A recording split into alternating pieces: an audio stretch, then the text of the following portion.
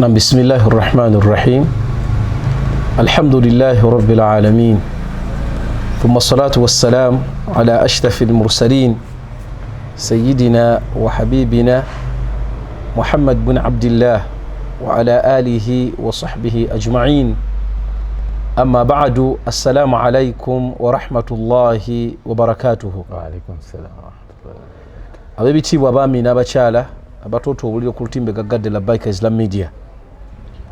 Omubaka waffe sallallahu alayhi wasallam mugazi era ensonga ezimukwatako zo nnyingi ddala ate nga tuteekeddwa okuzeebanja okuzitegeera obulungi naddala butya bwe yatambuza ekisaawe kya da'wa kubanga ffenna ng'abasiraamu tukakatibwako okwenyigira mu mulimo ogw'okusaasaanya eddiini eno busiraamu n'okugimanyisa abasigadde bagitegerera n'okugiyingira bagiyingire. Tusaba Allah tunywereze obusiraamu bwaffe, Allah butuwangalizeeko ate Allah bututtireko. Nkujjukiza ndi kitundu kinene nnyo ku bukkiriza bwe okutegeera n'okumanya omubaka Muhammadin sallallahu alayhi wasallam. Kye kituleesa emisomo gino egikwatagana ku byafaayo by'omubaka Muhammadin sallallahu alayhi wasallam okuviira ddala mu buzaale bwe obwannabbi na butya bwe yatambuzaamu ekisaawe ky'okusaasaanya eddiini n'obusiraamu. Ensonga zonna wano ku Labbaika Islam Media tubeera ne muganda wange Sheikh waffe Ali Mukiibi era nga nja kusaba ssebo Seeka obuuze ku batulaba ku lutimbe gaggadde.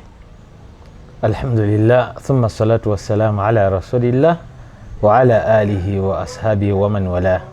Abatulaba ku lutimbe gaggadde Labbaika Islam Media tubaagala nnyo tubalamusa. Assalamu alaikum wa rahmatullahi wa barakatuh. Wa alaikum assalam wa rahmatullahi wa barakatuh. Mukadde wange mwebali emirimu gya umma. Alhamdulillah Mungu akkiriza. Ayinu Shamsu. Alhamdulillah Ayinu Shamsu nnungi. Abaana batambudde bulungi, taamu yaweddeko bulungi. Alhamdulillah taamu yaweddeko bulungi era tukyawandiisa ne taamu eddako. Masha Allah. Insha Allah. Ono nno ye director wa Ayinu Shams Islamic Schools wali bwe Bulenzi. Twala abaana ku ssomero eryo. Abaana nkakasiza ddala nti tubadde tugoberera ebifa ku ssomero amazima gali nti omulimu gusanyusa. Allah akkirize ya mulimo gusanyusa. Tusaba Allah abasiime n'abasomesa baffe Allah bongere okutegeera n'enkwata y'ebintu ennungi bagende mu maaso n'okukola omulimu gwe bakola. Amina ya Rabbi. Sheikh tuli ku nabbi sallallahu alayhi wasallam ayingidde ekisaawe ky'okusaasaanya eddiini mu lwatu. Naam. Emiziziko gifuuse emiziziko. Naam. Omuli abantu be ab'eŋŋanda omuli abakulembeze mu Makka mu Bakuraishi. Awo wennyini Sheikh wenjagala tutandikire wennyini twali tutunulira omusajja ono Abu Jahali. Naam. Enkola gye yassaawo abaddu abazze mu kulamaga nga bagamba nti bannaye wano tulinawo omulalu. Tulinawo omulalu ayogera ebitakwatagana temutembera gyali. Awo wennyini Sheikh. Barakallahu fikum Sheikh. Ensonga ya daawa okuva Allah tabaraka wa taala lwe yagamba Nabbi sallallahu alayhi wasallama nti fasda bima tu'mar wa arid anil mushrikin. Okuva olwo daawa yagenda mu maaso era ng'ekyagenda mu maaso paka olunaku olw'enkomerero. Era Nabbi sallallahu alayhi wasallam yaleka agambye nti al ulamaau warathatul anbiya. Abamanyi be basika b'abannabbi, tebabasikira dinaari oba dirham obula babasikira mu kusaasaanya erimu.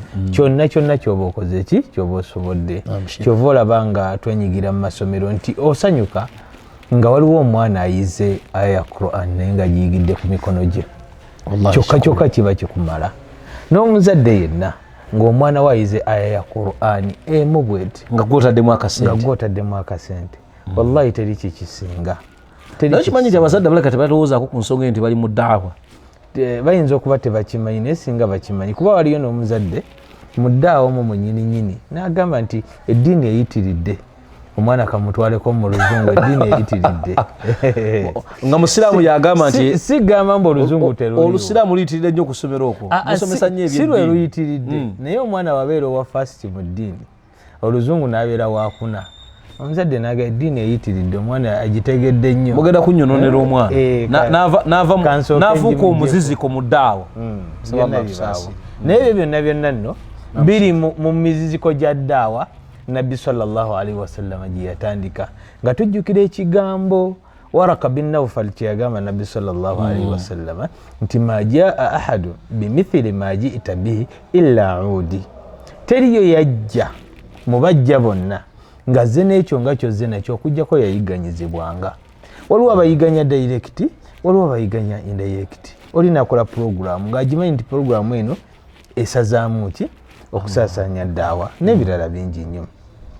Abu Jahal nga bw'omwogeddeko yakola ogugwe. Ono nno yali mu baswanadiidu Quraish, mu bakulembeze b'Abakuraishi. Bingi nnyo Abakuraishi bye baakola mu kubeera nti balemesa daawa eyali hayiluula kugyekiikamu, kugenda nga bagamba abantu la tasma'u li hadha al-Qur'an, temugiwuliriza, walghaw fi, mugizanyiremu buzanyizi, la'allakum taglibun, oba oliawo munaawangula. Naye tebasobola kuwangula kuba Allah tabaraka wa taala eyassa Qur'an eno yagamba ffe tujja ogikuuma. Wabula kyebakola bagyekiikamuuko naye tebasobola kubeera bakendezamu ku supiidi ddala kwetambulira. Bingi bye baakola, mwalimu asukhriya wal istihza, okujerega n'okujeeja. Baatunuliranga Nabbi sallallahu alaihi wasallam ne bagamba nti ahadha alladhi baasa Allahu rasula, yoyo Allah gwe yatumanga omubaka, yoyo omubaka. Lwaki teyalonda mubabitibwa bano abaliwo abagezi mu bagezi ye mubaka. Inkada la yudhilluna an alihatina laula an sabarna alayha, kabula kate atubuze kabula kate atubuze tuve ku bakatonda baffe singa tetwagumiikiriza. Naye obugumiikiriza bwe bututuuse ku buki, okugumiikiriza Muhammad yo n'ebigambo byetutuusiza wano nti bawangudde nga bwe batyo bwe bagamba. Naye abaddu abo singa Allah abazzaako ko n'abalaga Makka bw'eri essaawa zino, Allahu akbar, ne balaba ki kye baali balwanyisa. Allah yaboogerako mu Qur'ani mu kwekiika mu ddaawa ne bye baakolanga mu kujerega. Aga inna alladhina ajramu kanu min alladhina amanu yadhahakun, mazima abo abajeema ne bafuuka abajirimu abajeemu banakinku tebakobanga okwo. Kanu min alladhina amanu yadhahakun, baalinga nga basekerera abakkiriza, si eri yokka ne kati era weebiri, kubanga alebura biumumi lafudhi la bikhususi sababi, ekigendererwa bigambo so si we byali ebigambo n'essaawa eno bikola. Wa idha marru bihim yatagamazun, bwe bayitanga kubakkiriza nga babakuba eriiso erijerega lengera nno bali.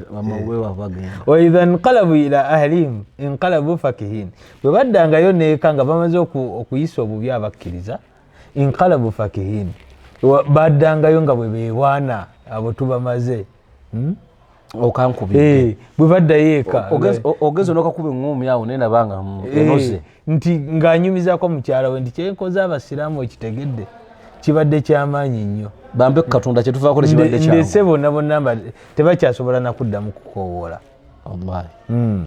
Naye Allah tabaraka wa taala ayogera ku nnaku olw'enkomerero ng'ayogera ku bakkiriza. Inna alladhina amanu falyauma alladhina amanu min alkuffari yadhakun, olwaleero abakkiriza bagenda okusekerera abakkiriza bagenda kusekerera abakafiiri abawakanyanga amateeka ga Allah, olwaleero bagenda basekerera. Ala al araiki yanzurun, nga batudde ku bitebe ebinene zisofa bali mukweyagala batunula balisa buti nga bwe beebuuza nti hal thuwiba alkuffaaru ma kanu yafaalun, abaffe abakafiiri basasuddwa ku bye baali bakola. Waliwo olunaku lw'okweyagala naye teruli wano ku nsi. Wallahi kyovola daawa si nnyangu naye okukola ki, kukumiikiriza na kutegeera kiri kyogoba. Bingi nnyo bye bakola Nabbi sallallahu alaihi wasallama. Ate Nabbi sallallahu alaihi wasallama yali nabbi, kwegamba Allah yaga inna lanansuru rusuluna walladhina amanu, fe tutaasa abaki ababaka baffe. Naye Allah yamuleka nga ate mu mbeera ezimu fe tuyigireko nti bingi olaba byatuuka ku nabbi, bingi ebisobola okubeera nga bitutuukako. Tujjukira Abu Jahal olunaku lumu yagamba nti ŋŋenda kubakubira Muhammad ageza ajja asaalire wano, nga bamulemesa okusaalira ku Kaaba. Najja era ne bakuba nga azze kumutuga sallallahu alaihi wasallama. Allah tabaraka wa taala kolona sawu bamalayika be sanadu zabaniya, bamalayika b'ebibonerezo ne bajja. Nabbi sallallahu alaihi n'agamba abakweta ntala najja nantuukako yandizikiridde nga bonna abakuraishi balaba, yandizikiridde mu lwatu nga buli omu alaba. bazizanga abantu Qur'ani nga bo bennyini nga bakwata matu tebagiwuliriza oba nga baginyumizaamu walgaw fihi mugizanyiremu. Era olunaku lumu bwe gwali mwaka gwa 5 min al-hijra kuva masenguka ga Nabbi sallallahu alaihi wasallam kwolwo oba kye kyabatuukako ne bawulirizaamu bonna bawuliriza.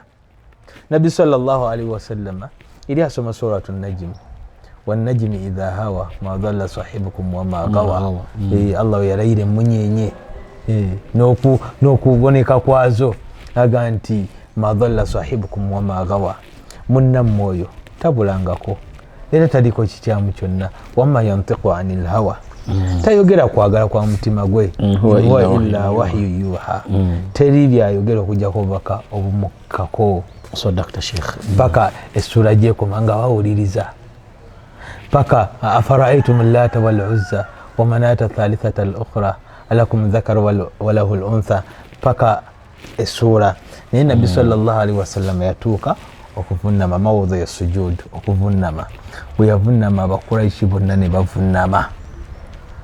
Qur'ani ng'ogiri bw'oba ogitegeera basonsomula mu mutima bamuli mu mutima egonza kugamba obuzibu bwe tulina bwakubeera nga tetugitegeera. Wallahi naye agitegeere yabagonza kwolwo. Nabbi sallallahu alaihi wasallam bwe yajja bwe yavunnama bw'ati bonna ne bavunnama. Ne yali nga tasobola kuvunnama yayola obutaka nassa bw'ati mu kyenyi okulaga nti avunnamye. Gwali n'omwaka gwa 5 tujja gutuukako inshallah. Abasiraamu bwe baali basenguse okugenda e Habasha olw'okubatulugunya. Bwe tuba twogera ku nsenguka z'e Habasha bagamba al-hijratul ula wal-hijratul thaniya, olusenguko olwasooka n'olwokubiri. Olwajja wano mu Afrika luli lugenda e Madina. Eze Habasha zaali 2. Eze Habasha zennyini zaali 2. 2 zajja zitya? Abasiraamu bwe baali bagenzi nga bagenzi okusenguka bagenze e Habasha, Abyssinia, Ethiopia, kwatagimanyi. Abakuraishi bwe bavunnama amawulire gaasaasaana mu Makka nti abakuraishi basiramuse, emirembe gizze mu nteeko. Naye ng'ekituufu baali tebasiramuse, bavunnama buvunnani, ebigambo byabayitirirako. Bakola ekikolwa kya mu mbeera, embeera yabakwata. Buli omu yawawa mukaati ng'avunna tuvunnani. Kati abasiraamu abaali bagenze e Habasha amawulire gaabajjira nti bannaye ekiri eri abasajja ebyo ku ttaka. Makka yonna esiramuse. Abasiraamu ne bakomawo ne baddayo ne bagwa mu bibonerezo. Bwe baakomawo bagenda owulira ekiri eno teriyo yasiramuse n'omu. Ne baga nti ffe twavunnamye olw'ensonga twawulidde nga Muhammad ayogera ku bakatonda baffe Laata ne Uzza ne Manaata. Y'ensonga lwaki twavunnamye. Naye tetwavunnamye lwaki? Lwa Allah, tuvunnamye lwa bigambo bya Allah. Bwe batyo bwe beeyisanga mu kukola ebintu eby'enjawulo. Naam Sheikh. Baatuuka nga balaba ddaawo egenda mu maaso. Ensonga eno nno omusajja ayitiridde. Abasiraamu bajja beeyongerako mpolampola. Beeyongera. Ekintu tekigenda mu maaso tekituva mu ngalo. Ne batandika okwogera ku nsonga Nabbi sallallahu alaihi wasallam ze yasimbangako essira. Ensonga y'okubeera nti Mungu ali omu. Eyo nga bagisimbako essira.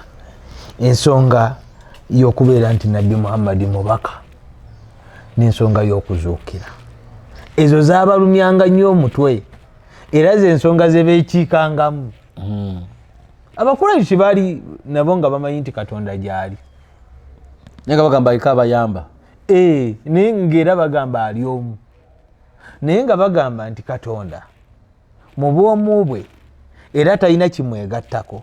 Nga osobola okulaba omuntu atali musiraamu ng'ayogerera ddala ebyaffe. Ekyo kituufu. Naga Katonda ali omu talina kimwegattako. Osinza atya amasanamu? Ogenda otya mu ssabo? Byonna nga olaba akwandaration ya tawhidi yennyini nga bwe tugyogera. N'abakuraishi bwe baali bagyogera. Naye nga bagamba nti Katonda alina obuyinza obumu bwe yakwata n'agabira ku bitonde.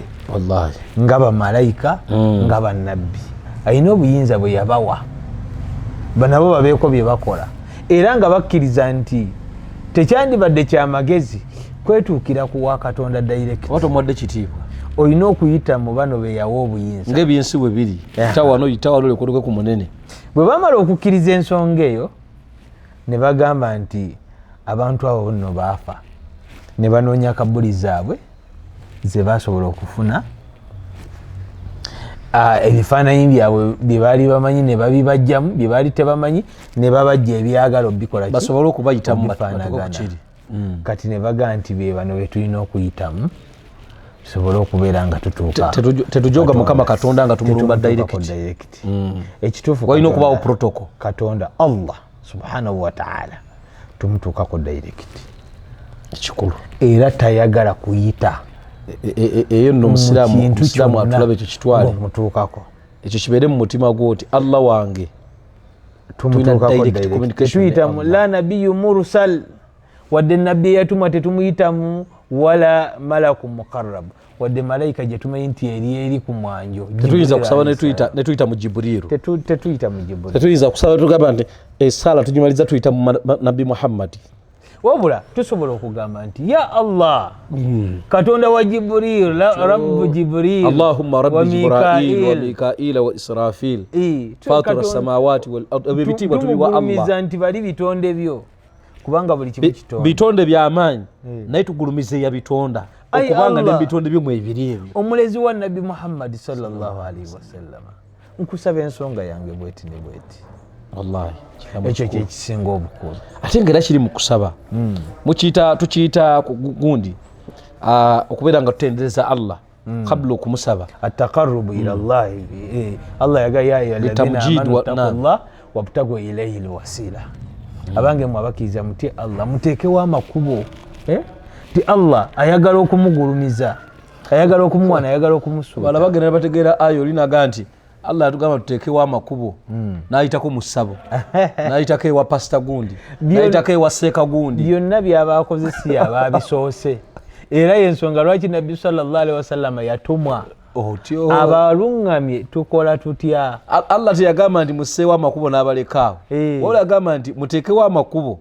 n'ababuulira n'amakubo ago amakubo galuwa lillahi lasmaul husna fad'uuhu biha wallahi Allah yenanyini manyi amalungi mumusabe nago ago makubo mumutende n'ebitendo bye mwetoowaze gyali laga nti okola emirimu emirungi musabireko Allah yatulayo omulimu omulungi ng'abasajja abaali mu jjinja abayogera emirimu gyabwe emirungi ng'okugondera abazadde n'emirala yengeri gye tulina okuyitamu okutuuka ewa Mungu so si kusaawo kantu nti kano katonda nze sina bwe nkutuukako Bikira Maria ono Bikira Maria omusajja gwawumbye namusiiga langi eya bbulu ndi batugamba nti gwe olaba ekibumbe oli bwamala okibumba ne kibeeraawo kifuuka kirala tekifuuka kirala nina akavidiyo kanindabaawo ku gundi ku mutimbagano kikali India eyo ng'oli alwana okutaasa bakatonda bwe nga bagenda n'amazzi waliwo bwatunyumiza Aga Khan omanyi Aga Khan kitiibwa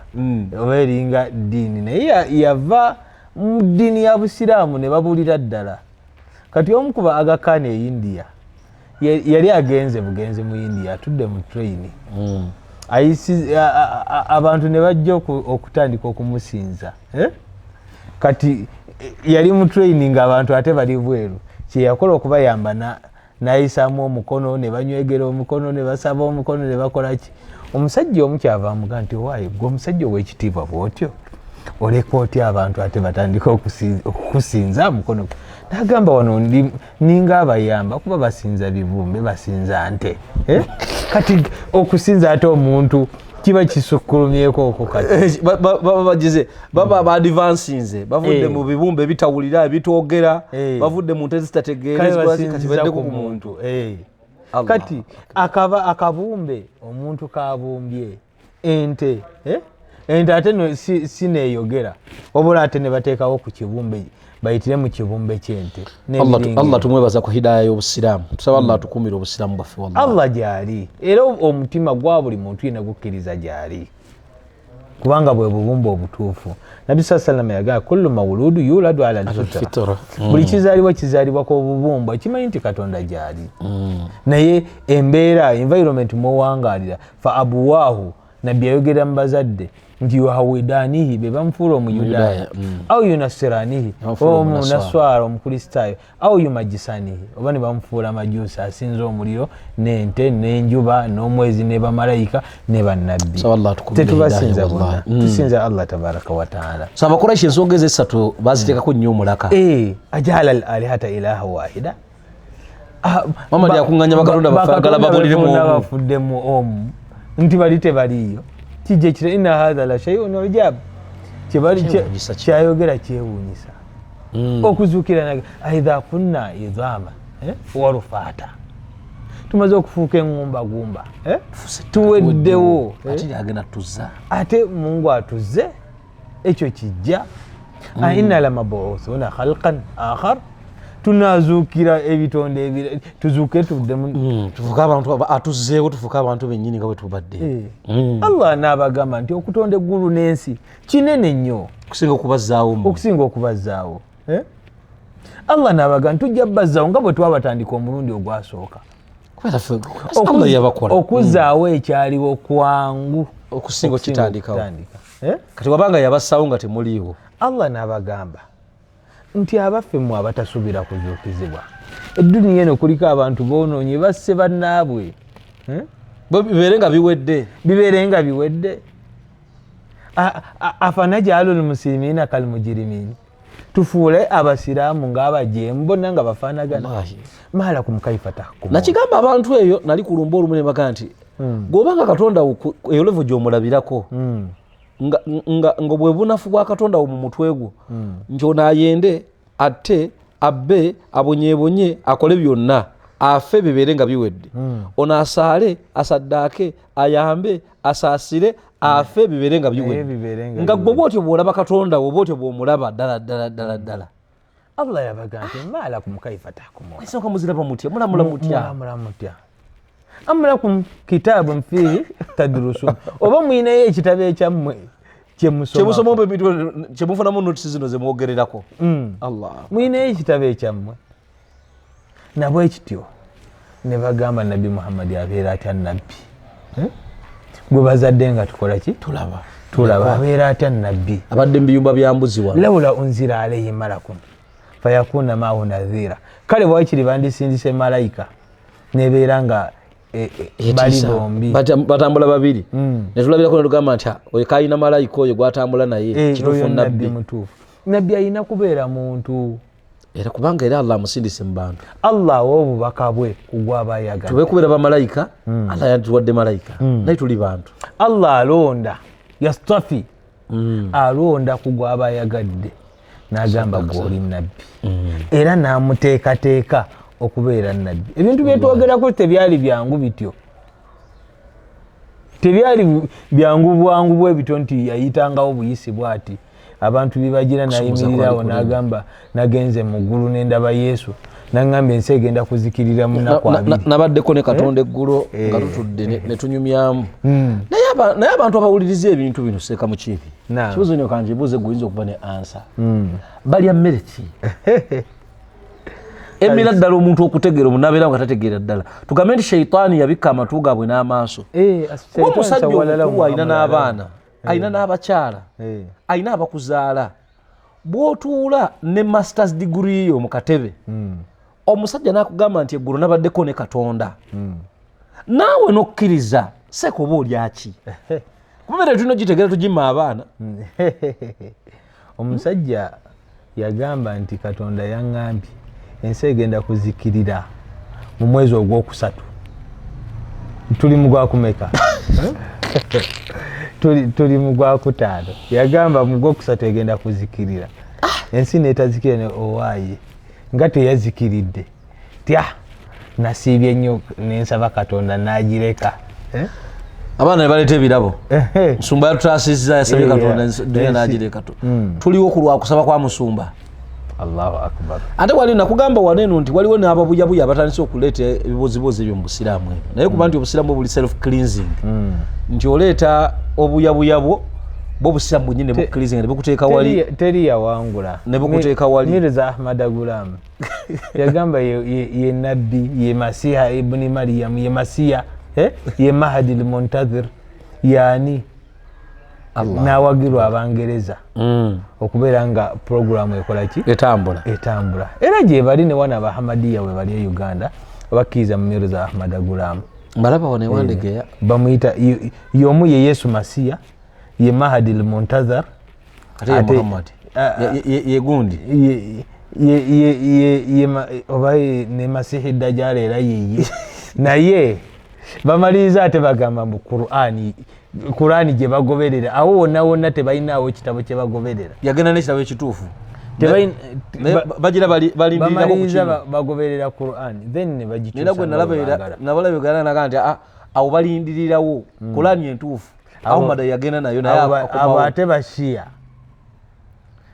ba Ithna Ashariya be bagamba nti Muhammad al-Askari ebintu gye biri bano bakwate eno naye alhamdulillah omuntu alina obwongo obutu naye tujja kukolayo session seka wangu tujja kukolayo session tujje twogereko ku biwayo ebyo tusaba Allah tusobozese kubanga ebyafaayo bino bye tuli mu kusoma bijja kubijjayo gye bigenda bigwa mu biwayo ebyo kubanga omanyi lwaki nkikonyeeko bwe ntyo nti obwavu engeri gye buyitiridde obungi abaddu bano ab'embeera zino ez'enjawulo basensedde nnyo abaana bafe ab'obusiraamu naddala mu masomero agali mu bitundu ebyava ennyo wallahi seeka ogenda n'otunulira manhaji abaana kuba batambuliza okusoma nga mazima gali nti abaana babajje ku ddiini sheekh ekyo olina okumanya ekisooka buli musiraamu yeerwaneko asigale mu busiraamu obutuufu nga bwakimanya nti abantu abagenda okuyingira ejjana be batono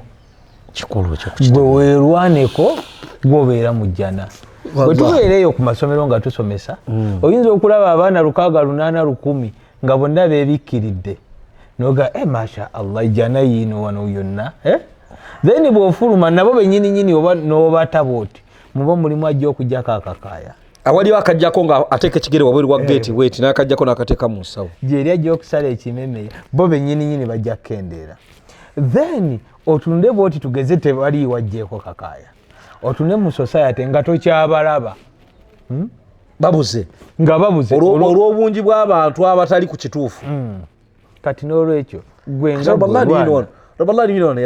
obukaaya badde bufuuse obukaaya naye kati olina ekitundu kyotuukamu nga kyali kijjuddemu bukaaya nga kati onoonyamwako ne kabula ate nga baali babwesiba tebasenguse webali bulungi naye Allah yatekkuludde gwe abaalwana nga ggwe obeera omusiraamu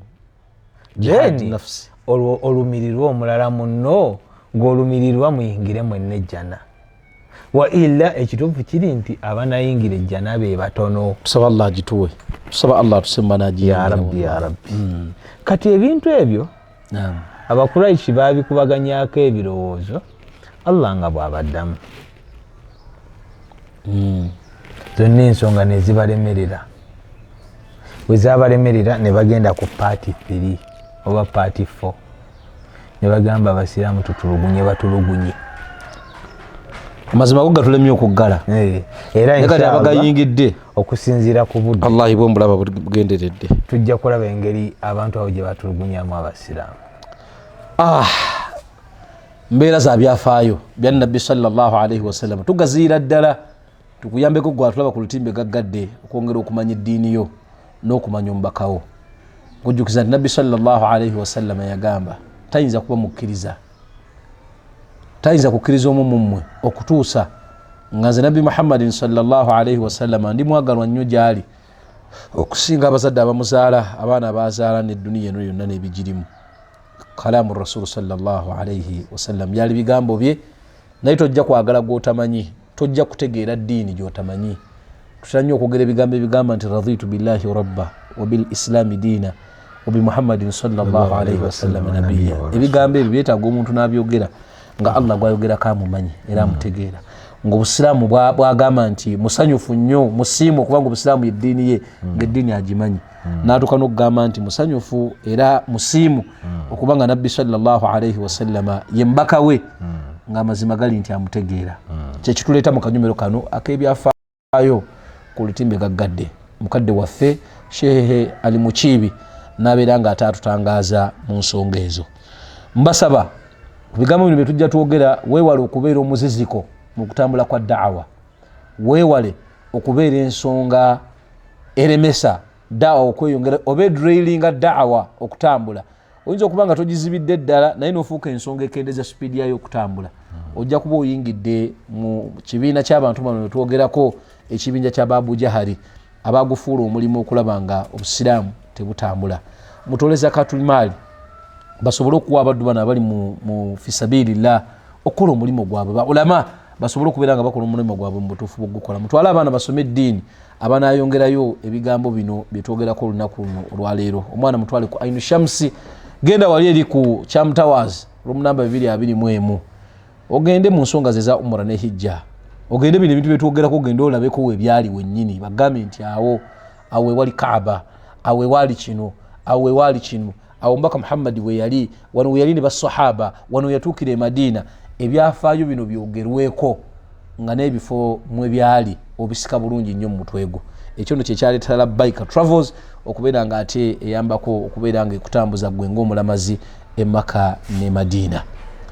Sheikh nja kusaba kigambo kimu onsibuli abatulaba ku lutimbe gaggadde abatulaba tubaagala nnyo Allah batukuumire. Assalamu alaikum warahmatullahi wabarakatuh. Wa alaikum assalam warahmatullah. Omwanjuzi era omutesitesi abadde Imam Bilal Kitimbo Asumani wali eri ku Cham Towers masjidi tukujjukiza gwe yenna ayagala okumanya n'okufuna information ku bikwatagana ku hijja buli lwa mukaaga tubeerawo ku masjidi Cham Towers okuva essaawa 3 okutuusa ddala swala ya dhuhuri mujje tusome ebikwatagana ku lugendo luno olwa hijja tomanya Allah jalla jalaaluhu anayisiza kumanya okwo n'ofuna ekinyegenyege ekikutwala mu lugendo luno olutukuvu tusaba Allah jalla jalaaluhu abalamazi baffe bonna abateekateeka okutambula na Labbaika Travels mwena Allah subhanahu wa ta'ala batukuumire Allah bawo obulamu obulungi mubadde balabi balungi era bawuliriza abalungi abaami n'abakyala tusaba Allah ateeke omukisa mu bye mukola ate akadde ke muwaayo ne mutulaba ku lutimbe gaggadde nammwe Allah akabasitulemu mu museera teweerabira genda ku YouTube Labbaika Islam Media, Facebook Labbaika Islam Media, TikTok Labbaika Islam Media, ku X Labbaika Islam Media ne ku Instagram Labbaika Islam Media. Olwo wegatte kumanya ososeetuke okuva wooli okudda ku ddaala eriddako. Assalamu alaikum warahmatullahi wabarakatuh.